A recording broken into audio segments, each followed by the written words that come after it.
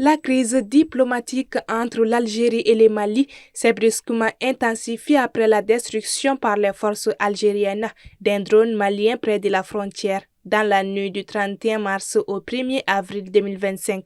Alors que le gouvernement malien a dénoncé une agression flagrante, la classe politique, dans un élan de solidarité, manifeste son soutien aux forces armées contre cet acte d'agression de l'Algérie.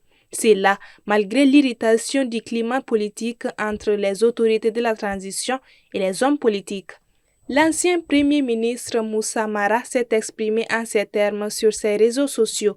Je soutiens la plainte déposée devant les instances internationales qui permettra de faire toute la lumière sur ces dossiers, réitérant son soutien indéfectible aux forces armées maliennes dans leurs actions quotidiennes pour assurer l'intégrité territoriale.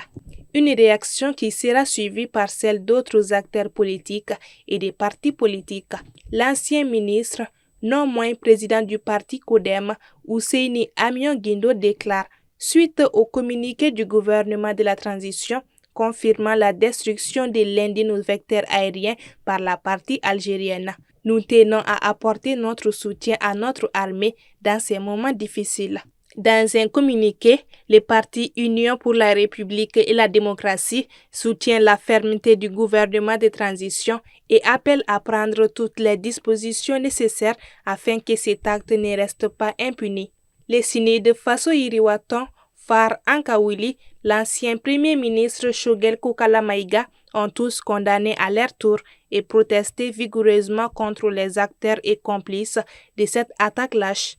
La crise diplomatique s'amplifie de jour en jour et d'heure en heure entre Alger et Bamako. Après avoir rappelé leurs ambassadeurs respectifs ce 6 avril, le Mali a décidé de fermer son espace aérien à l'Algérie après que cette dernière a pris une mesure similaire dans la journée à la veille.